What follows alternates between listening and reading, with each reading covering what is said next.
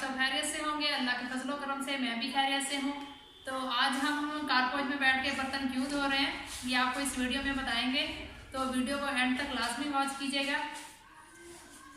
और जो नए हैं उनसे मेरी रिक्वेस्ट है कि हमारे चैनल को सब्सक्राइब करें और बेल आइकन को भी लाजमी दबाएं ताकि हमारी नई आने वाली वीडियो का नोटिफिकेशन आपको जल्द से जल्द मिल सके। तो शुरू करते हैं व्लॉग।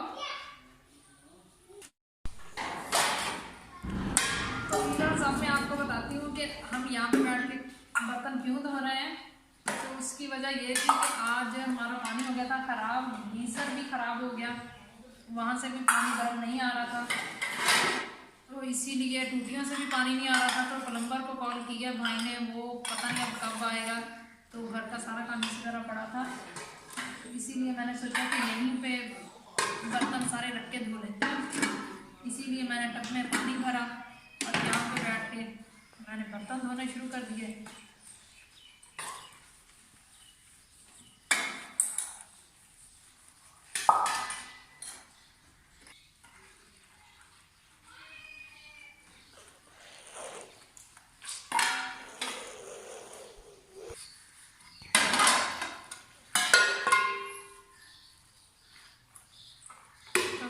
बर्तन ये सारे हम धोएंगे। उसके बाद अबू बकर और बिटिया को भी नहलाना है आज, और अबू हुरैरा को भी। तो पानी गर्म है नहीं, तो इसके लिए भी पानी गर्म करना पड़ेगा।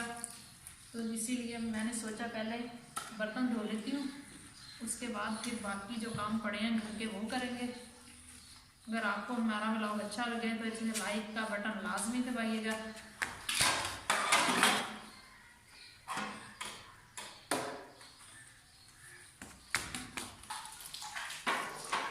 तो व्यूअर्स जो नए हैं उनसे मेरी दोबारा से रिक्वेस्ट है कि हमारे चैनल को सब्सक्राइब करें और बेल आइकन को भी लाजमी दबाएं ताकि हमारी नई आने वाली वीडियो का नोटिफिकेशन आपको मिल सके।